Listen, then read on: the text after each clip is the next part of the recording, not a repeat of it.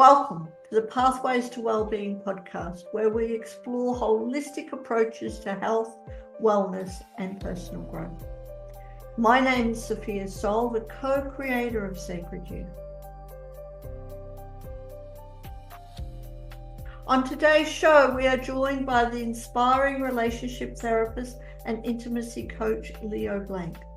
Leo brings a wealth of insight into the power of authentic connections from our partnerships to all other relationships in life. We will explore how the communication patterns we inherit can shape and even challenge the way we relate to others. And most importantly, how we can learn to shift these patterns to create more compassionate and fulfilling relationships. May you enjoy today's episode. And if you'd like to dive deeper into this journey of self-discovery and help support Sacred You, please hit that subscribe button. Give us a like or check us out at www.sacredyou, that's the letter U, .love for more valuable resources. So let's get started on today's conversation.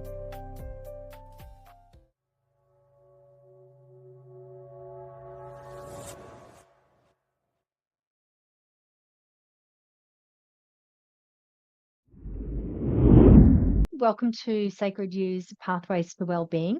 My name is Helen Prince, and I have with me today relationship therapist and intimacy coach, Leo Blanke. Welcome, Leo. Thank you. Thanks for having me. I'm super excited to be here and to dive a little bit deeper. It's lovely to have you here because I think this is such an important topic because we've got relationships. There's so many different relationships, aren't there? There's relationships we have with our family, our children. There's the intimate relationships. There's ones with colleagues, friends. There's so many different ones. But we're going to be talking a little bit more about the intimate relationships. Is that right? Yes, that's right. But I really love that you spoke into that, the fact that there's so many different relationships. I think when people come to me, they have this perception or idea that my work is only for them if they are in relationship. But the reality of it is the way that I see it, as soon as we are in conversation with someone, I'm in connection with someone and therefore in relationship with that person in that moment.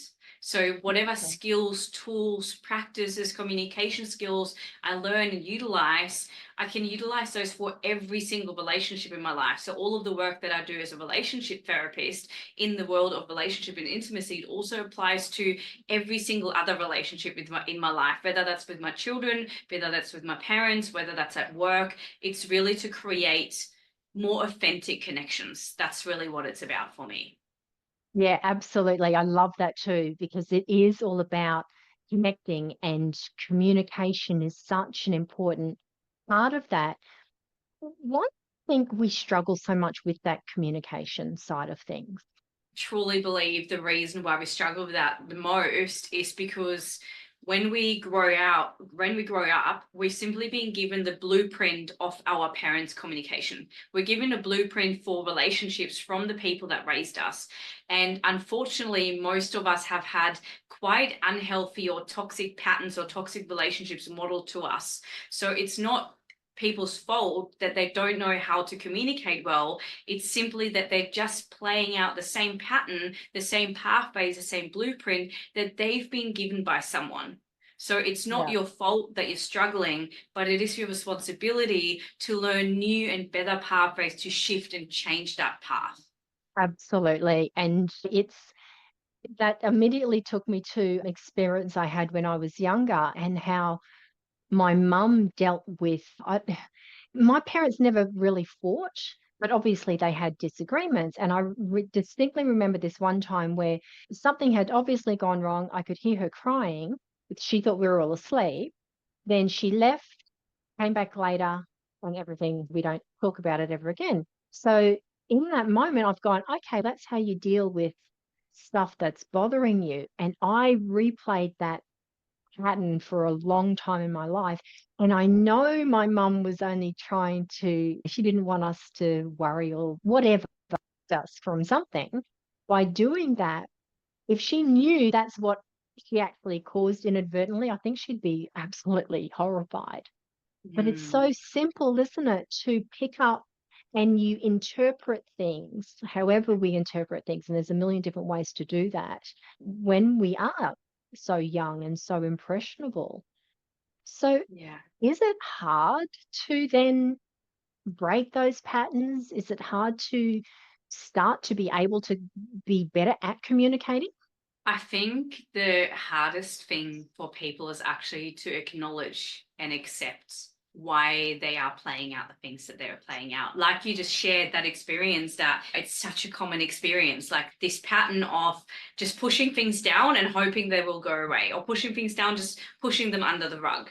And that's essentially, it then creates an avoidant attachment style in our adulthood. Or people might have a anxious attachment style or disorganized attachment style. And if anyone is curious about attachment styles, I highly recommend the book Attached, and there's a few other books as well to dive deeper into that, which really helps you understand how your attachment styles, or how your childhood has impacted your attachment in adult relationships.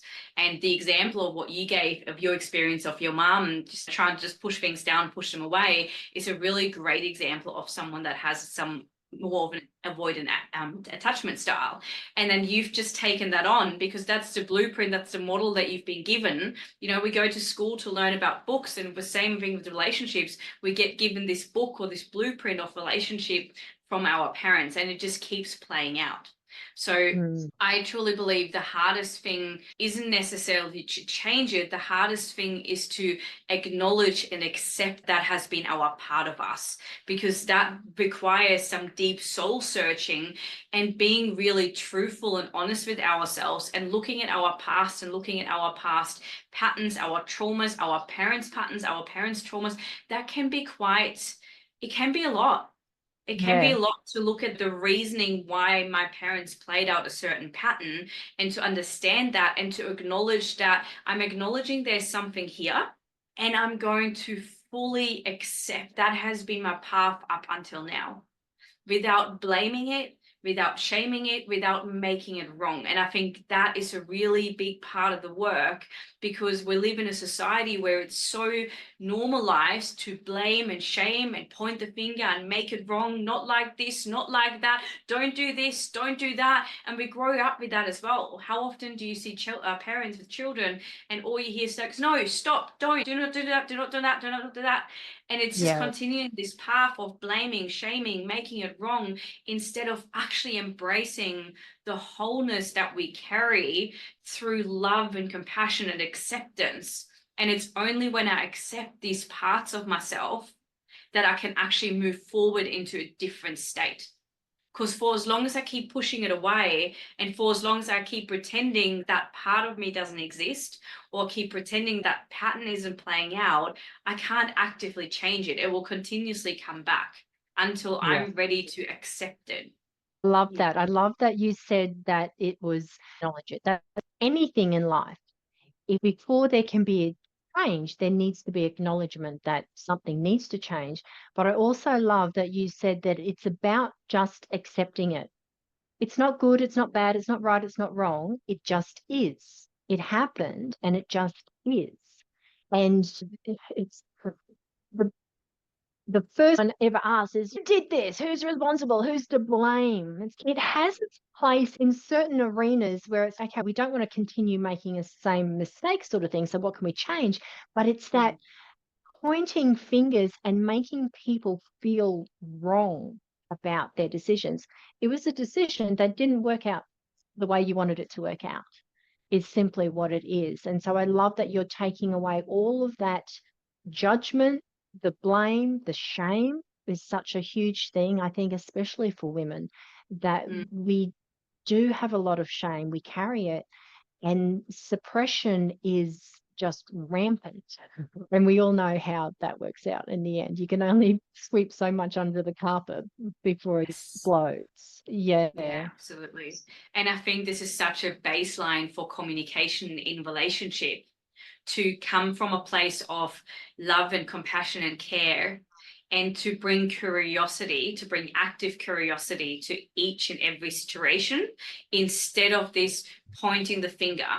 So removing or replacing, like what I see a lot of the time, what plays out in human behavior, especially in relationships, it plays out in all areas, but I see this especially playing out in relationship, is what we shared already. The blaming, the pointing the finger, justifying why I did this. Oh, I'm sorry, I did this because of this and this, especially people pleasers, people with the tendency to have people pleasing tendency play that out.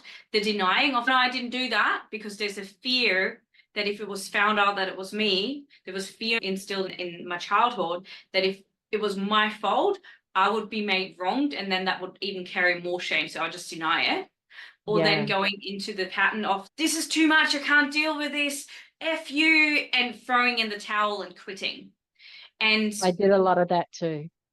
It ran away. Thanks very much. I'm out of here. Yeah, and playing out any of those behaviors, the reality is that none of those behaviors are going to go away, because there is their pattern and a toxic loop that is currently playing out. So the only way to shift and change that is to make a conscious choice to firstly to go through that process of acknowledging that there's something there, that I play a part in this. I play a part in this relationship not working the way that I would like it to work. I accept that has been my past, and then I get to acknowledge that I might be justifying, blaming, denying, quitting, whatever it might be, whatever my behaviors are, and to step outside of that toxic loop and outside of that toxic cycle. I have to start looking internally, and that is the part around peeling back the layers and really looking at what's underneath that. What's the motivation beneath that? What's the root cause behind that? What's the deepest fear behind that? Why does this continue to keep playing out over and over again? And processing that, or moving into that space from a place of active curiosity. And when I bring active curiosity to myself and active curiosity to the other person, it creates openness. It creates a space of expansion for conversation to be had, versus blaming, denying, justifying, quitting. It creates a stone wall. And this is where I always say, like so many people see conflict as an issue in relationship, but conflict is a part of relationship. And when I learn how to do this really well, so instead of blaming, denying, quitting, and justifying, I learn to practice active curiosity, and I approach conversations from a place of us instead of you and me. And when I bring these things in together, then I can actually utilize conflict as a pathway to deeper connection. But then that way, the conflict isn't this big, scary, emotional. We think of conflict as like this, and it's yelling and screaming and all of that sort of stuff. But if we're not coming at it from that sort of mindset, when we're coming from that curiosity where there's no blame, there's no finger pointing, that would just calm the whole situation down in itself, wouldn't it?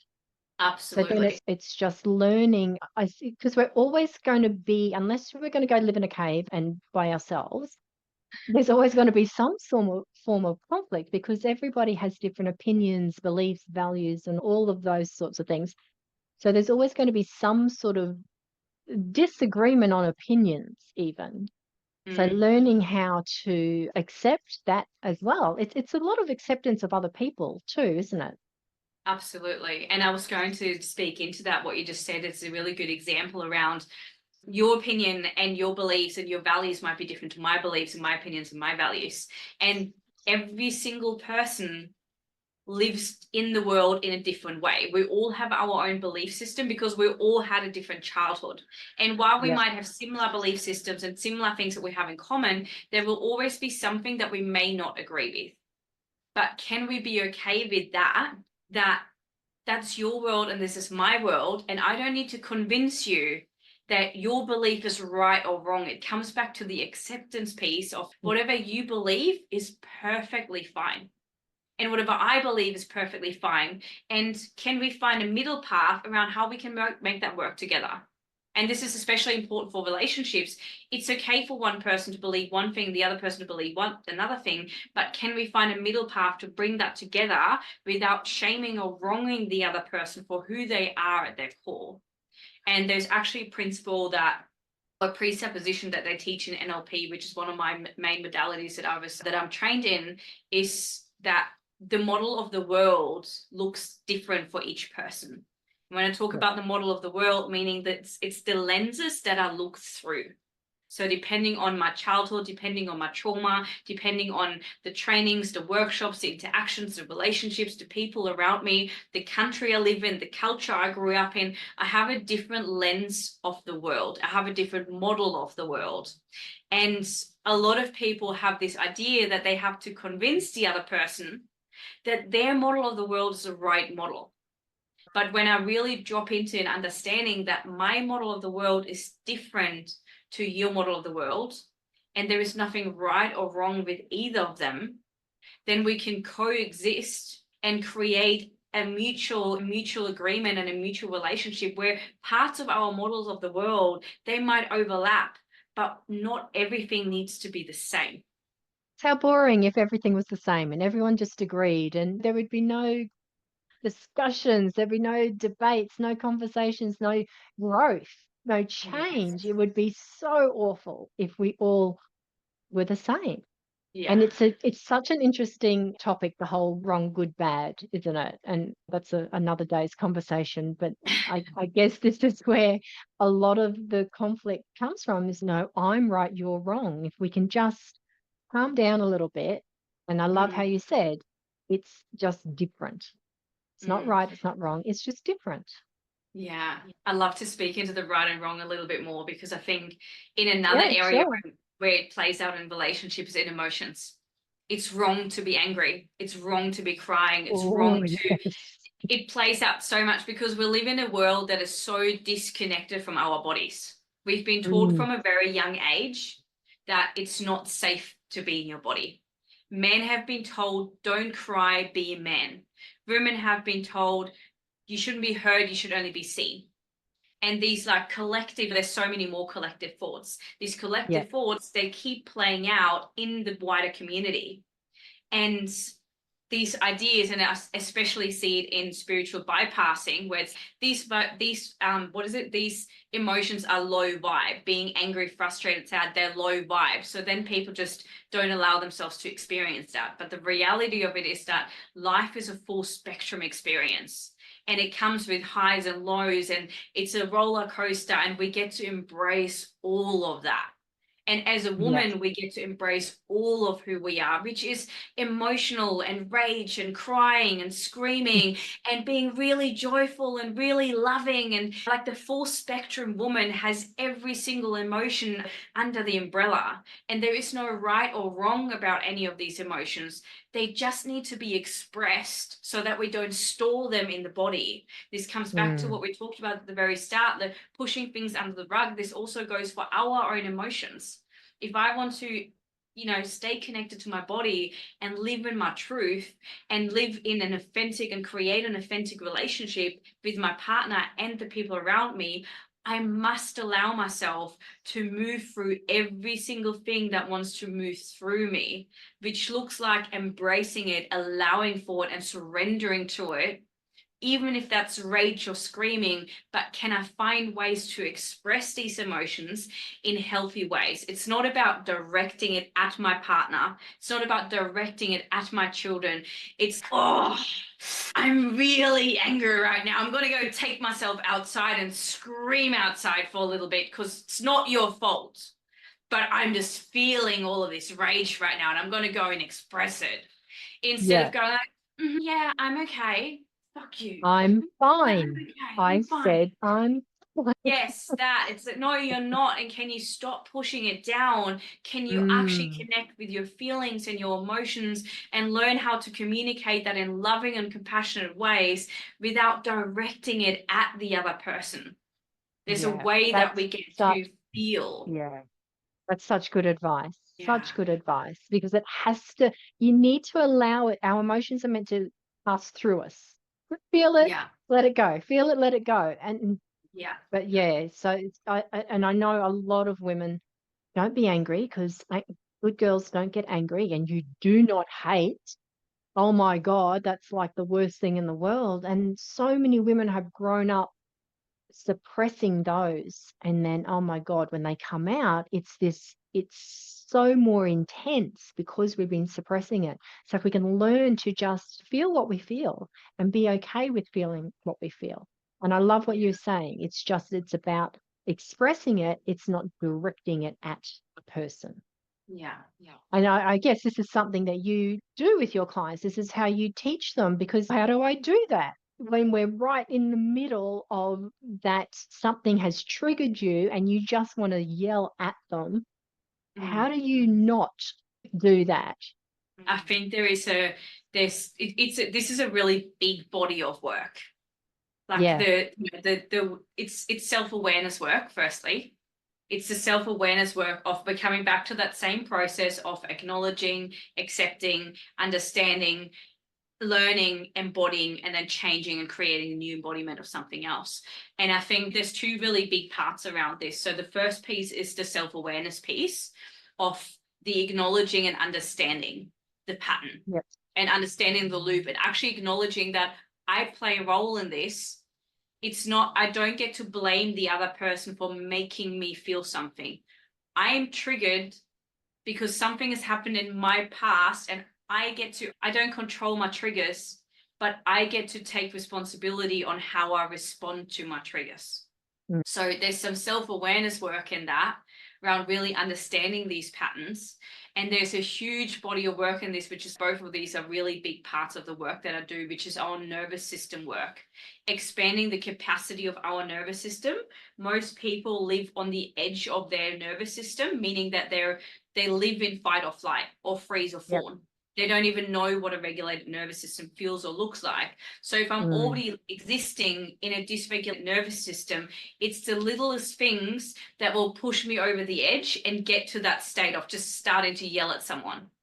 So it's really important to really learn and understand about my own nervous system and how I can regulate my nervous system. Not only that, but how I can expand my window of tolerance. And when a window of tolerance is a really good thing to Google for anyone that's listening right now. But when I talk about the window of tolerance, it's about how much tolerance do I have to be in a regulated state when stress comes at me. So can I stay calm and regulated even in stressful situations? So an example is people driving their car and traffic comes up. I have so many friends of mine that get really rattled really quickly. If I get into traffic, I turn on some music and I have a fun time, and I see everyone else around me and they're like struggling and they're yelling and swearing and getting really tense. They're shrinking their window of tolerance in that moment because they're allowing the stress to impact them. Whereas I go, cool, this is where we're at now. We're going to play some music, we're going to have some fun with it, because the situation isn't going to change by me getting mad at it. Exactly. So I get to choose how I respond to the environment around me. And that's a deep body of work to change patterns that maybe are played out for a really long time. And it's not something that just happens like that. It's a lifelong body of work. And I love that you work at that deeper level, because it's the yelling is it's the symptom. It's the thing that's happening. If you can do all you want about count to 10, whatever, but if you keep getting triggered, then it just makes more sense to go, okay, let's address the cause, not the symptom. Yeah. And that's so important to do that in a one-on-one setting with a therapist, a coach, a mentor, to really understand yourself on a deeper level, and then bringing that back to the relationship, and also tuning into that with your partner and going, okay, where could we have done this differently? How can we do this better or differently next time to get a different result? Like, I think the importance of reflection in partnership. So I have a free resource which is available through my website, which is a relationship check-in sheet, which allows people to have these conversations, to really check in with each other. How can we deepen this connection? How can we support each other? How can I support myself better? What are the things that maybe we haven't talked about that we really need to have a conversation about? So that, because relationships are a place where there's availability for immense and huge growth, immense self-reflection, for immense capacity to expand beyond who we are in this moment. So how do you go, if we Leo? choose that pathway? Like, relationships are such a sacred journey. So again? Sorry, I think we had a little delay there. What I was going to ask you is, how do you go about it if, let's just say, I want to change the relationship or have a better relationship with, and it doesn't matter with who the other person is, But if they're not willing to come to the party and grow and have these sort of open conversations, what would you suggest if that was the case? Yeah. There's a lot of women out there these days that just go, stuff him, leave him. And that's the easy answer. That's the quitting or Yeah. the avoiding. Yes. So yes, that might seem like the easy pathway, and that might be the right pathway. But it's about, how do I approach that conversation with that person? Can I have an open conversation with that person without any of the blaming, without any of the denying, recognizing that we're both playing a part in having created the challenges that we have. So coming to the table from a place of, hey babe, there's something that's really important for me to talk about, or even sharing that with a friend, whoever this relationship might be. Would you be available to have a half an hour conversation about something that is quite close to my heart and is really important to me? Oh, yeah, but not today. Okay, great. When will we be able to have that conversation? That's one of the steps that I teach in my conscious communication framework, which is to simply frame the conversation, which is so not done in society. People just blurt out their stuff. And then once I have that conversation, to come from a place of full self-responsibility and full ownership, speaking from the I perspective, hey, I'm noticing that I'm not feeling really connected to you anymore. And I'm realizing that I've contributed to that in these ways. Maybe I've been really busy with work, and I'm noticing like you've done these things and I didn't even say thank you, and that wasn't really great, and this and this. And what I'm really desiring is, I'm really desiring to feel more connected with you, and I'm really desiring to work on this relationship, and I'd love to have a conversation around how we could do that together. I don't know anyone that would say no to that. Yeah. But if I That's come to the fantastic. relationship and I go, this isn't working anymore. Are we going to go to therapy? You still haven't sorted out your stuff. Have you even looked at your childhood traumas? Why are you didn't come home again on time? Where did you go? Did you go out with the boys again? It will just, your man will crumble, and you're emasculating a man, which is a huge problem in today's society. For women to emasculate their man, for women to become the mothers of their man, for women to belittle their man, and the man become too scared to do anything or to even walk away, and it creates really disempowering relationships. And this is why I'm so passionate about this work, so that women can feel seen and heard and validated in relationship, and men can feel respected and appreciated in relationships. And the reality is that men and women have different needs in relationships, but women just treat men like they're their girlfriends, and then wonder why nothing isn't changing,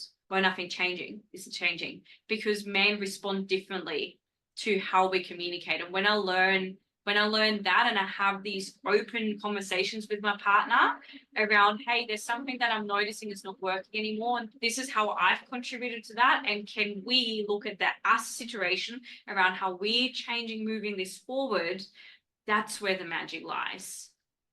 And if they're not available for that, then that might mean that you might need to separate. Before saying, oh, stuff this, can't do this, if you deeply love a person and you have the main core values align, and your life goals align, and your future aligns, and there is love there and there's desire there to make it work, you can find a way. And maybe that looks like finding a therapist, finding a mentor, doing some workshops together, because the patterns that you have, they're not going to change by not changing anything. The patterns and the communication needs to be addressed, and that is really helpful to have a mediator or a third person or a third party that can really support you on that path together. So do you recommend that the woman works on her own stuff first, addresses whatever her triggers are or past traumas or anything like that? Do you recommend that she gets her own house in order before she then starts to have these conversations, or does it not matter? I think that's generally what happens from experience. Generally, women go and find some way of doing the work, and then they start changing and shifting, and then they start realizing that they want more from the relationship. And then they ask their men to step up, and a lot of the time it's not done in a loving and respectful way, so then the relationship breaks apart. Yeah. Personally, I believe that as individuals, we always need to do our own internal work. So when I work with couples doing my couples mentorship, I do both couple sessions as well as one-on-one sessions with both parties, because we all have our own stuff to work out. Yeah. And there is things that my partner is not responsible for having to hold, but people have an unspoken expectation that their partner should hold them through anything that comes up. Like, your partner is not your dumping ground. If there's things that need to be addressed, things that are coming up that aren't related for the relationship, if you just keep dumping all your emotional baggage on the relationship, it will break your relationship apart. And this is why it's so important for individuals, no matter who we are, where we're at, how little or how much we've been traumatized. This is why it's so important to go and seek support, whether that's talk therapy, whether that's somatic psychotherapy, whether that's a counselor, a mentor, a coach, to have some one-on-one support where we can really talk through our stuff, so I don't have to bring everything to the relationship. Or women's work, men's work, like, it's so important for us to do our work individually as well as together. And any individual work will support the relationship as well. Beautiful. There's something you mentioned earlier that I'd love for you to expand on a little bit. You talked about how women emasculate men. In what ways are we doing that? Maybe that we're aware of, maybe we're not aware of that. What can we do to something that's easy to change that? Because I'm sure, I don't want to be emasculating my husband. And if I am, I want to know if I am so I can stop doing that. So can you expand on that a little bit? Yeah, absolutely. It very much comes to sharing words from a place that essentially disrespect him or don't appreciate him. It's almost like this mothering kind of language. Don't do it like that. Why aren't you turning right here? We got to go this way. It's not trusting his leadership. The biggest thing is it's not trusting that he's got me. It's not trusting that he can lead. So it's even in the subtle ways of, it comes back to this blaming and this shaming. And man, as a collective, already carries so much shame. We do not need to shame our men more. We need to support our men to actually feel appreciated and loved and honored for who they are.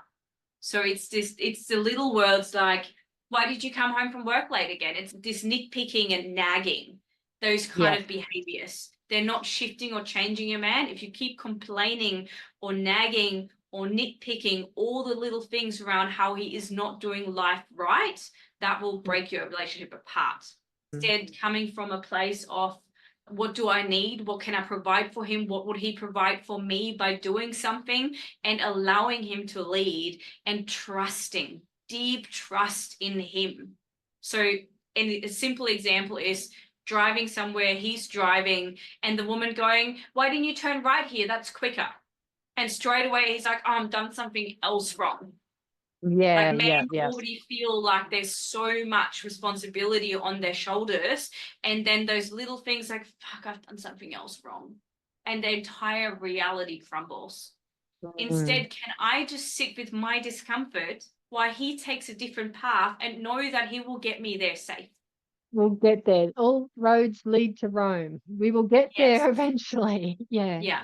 And the same with him coming home after work, coming home a little bit later. Did you go to the pub with the boys again? Blaming, making him wrong for that. Instead of going, oh, hey, babe, how's your day been?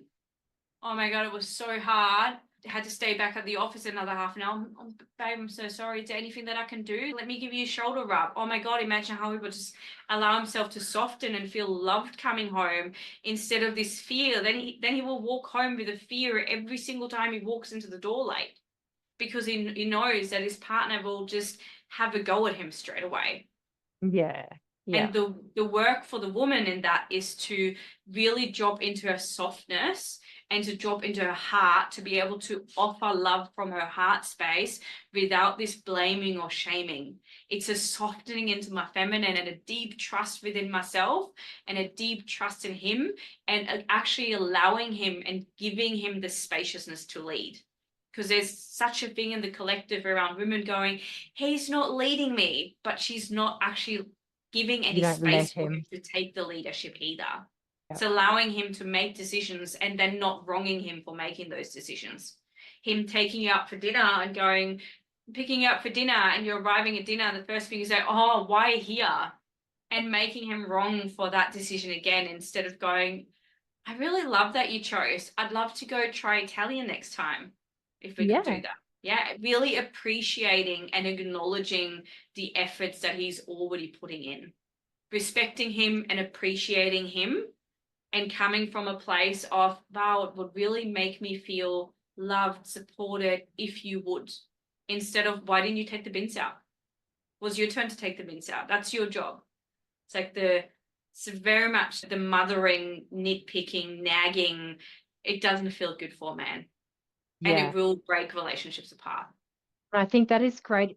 That's really great for any relationship, because I'm even just thinking about how I speak to my children. If we start when they're young nagging, then that's compounding it, isn't it? And if they then grow up and meet a person who does that, it's so as a mum, if I can just be a little bit more conscious about how I'm asking the kids to contribute around the house, and it's all in the framing of what you want, and it comes back to that just respect, isn't it? Speak to people how you would like to be spoken to. Yeah. I guess is bringing it really simple. And if you are having trouble with that, then it is your responsibility to go and do something to change you. I spend a lot of time blaming. If you did this and if they did that and blah, blah, blah, blah, my life would be easier. No, it's not fair, and it's unrealistic expectations that we're putting onto other people when we realize that the power actually lies within us and our choices, in our reactions and our decisions. And the consequence of making choices as well. I've really enjoyed this conversation, Leo. Thank you so much. Before we wrap it up, is there anything else that you'd like to talk about or leave the listeners with? One thing that really popped up as you were speaking around the end bit there that I felt would be a really great thing to leave the conversation with is the expectation part. Yeah. I think one of the biggest killers in relationships is people bringing expectations to the table that they're not speaking into. So it creates all of these unconscious covert contracts of having an expectation, and when the other person doesn't fulfill that expectation, I'm going to make them wrong for it.